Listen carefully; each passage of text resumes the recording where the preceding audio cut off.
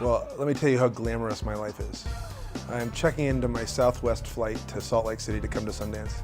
I get my boarding pass, it says C on it, which means I'm definitely getting a middle seat, like C50 or something. So I'm getting one of the last seats on the flight. And then we go to the gate and it says 2 hour delayed. And I'm sitting there going, this sucks. And then just right when I sit down and say this sucks, my iPhone buzzes and it says Paramount picks up Waiting for Superman. And it's just like, and you're like, this is Sundance, man. This is where miracles happen, you know? And for this movie, a documentary about public schools, it's a miracle.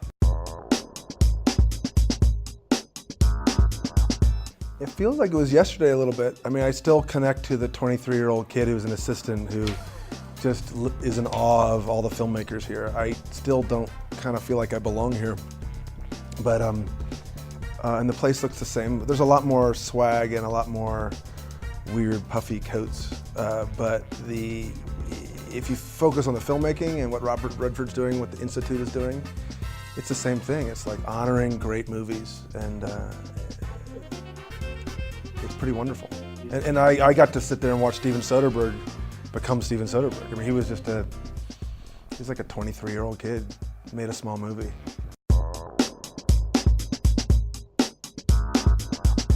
Well, that first documentary I made came out of a disaster. I was doing a movie for Warner Brothers called Training Day, and I was fired. And it was, I don't get into it, but it was really just wrong and unjust. I shouldn't have been fired. Anyway, I said, screw this, and I bought a little Sony camera, and I said, I'm gonna make my own movie. And I was following these school teachers. And they were heroes, and I saw them doing amazing things, but I saw a system that was not supporting them.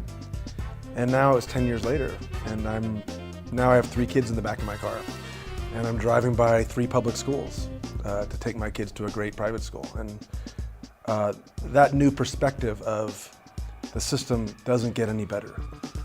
Our schools have been in trouble for 40 years, and we're failing millions of kids every year. And maybe there's a way to make a new type of documentary that addresses this issue. A documentary that's funny and suspenseful and engaging, and really shows everybody that they're part of this problem, and that our failing schools doesn't affect kids down the block, it affects them, you know.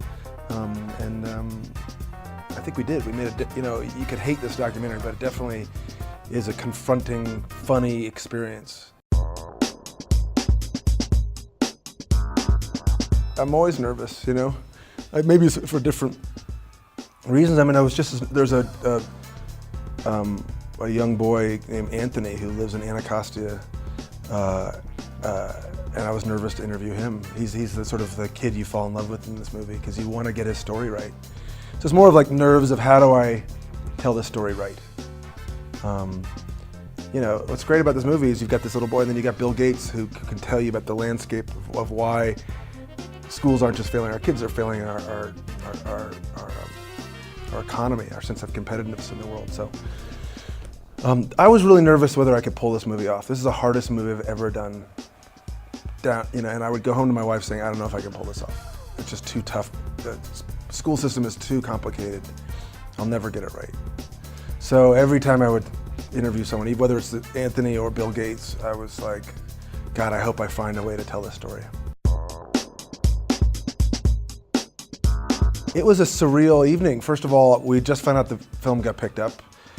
We go in, it's a sold out crowd, and Bill Gates is in the audience and John Legend's in the audience, and I didn't know what people would think. And at the end, there was a huge standing ovation, and people were crying and clapping, and Bill Gates came down and John Legend was there, and just, it was magical. And you know, the only other time I've experienced something so exciting was on Inconvenient Truth. When we talk Inconvenient Truth here, we thought we just had a little film about a slideshow. When we brought Al Gore to Sundance, I realized we were onto something, and that people were really connecting to this issue. Because if you think about it, it's like, who's going to go see a movie about global warming? Who's going to go see a movie about public schools? You can still see it. You're like, what's your movie? Oh, it's about public schools? Oh, yeah, you know, don't give him the fancy boots, you know, down the street on Sundance. But what's exciting is that people are really showing up, and they're really moved by this movie, and they're really charged to see something change on this issue. Well, the good news is that I know all the guys at Paramount because they released Inconvenient Truth. So it's not just a studio that has all this access and all this power to distribute. There's a core group of people that are in it for the right reasons.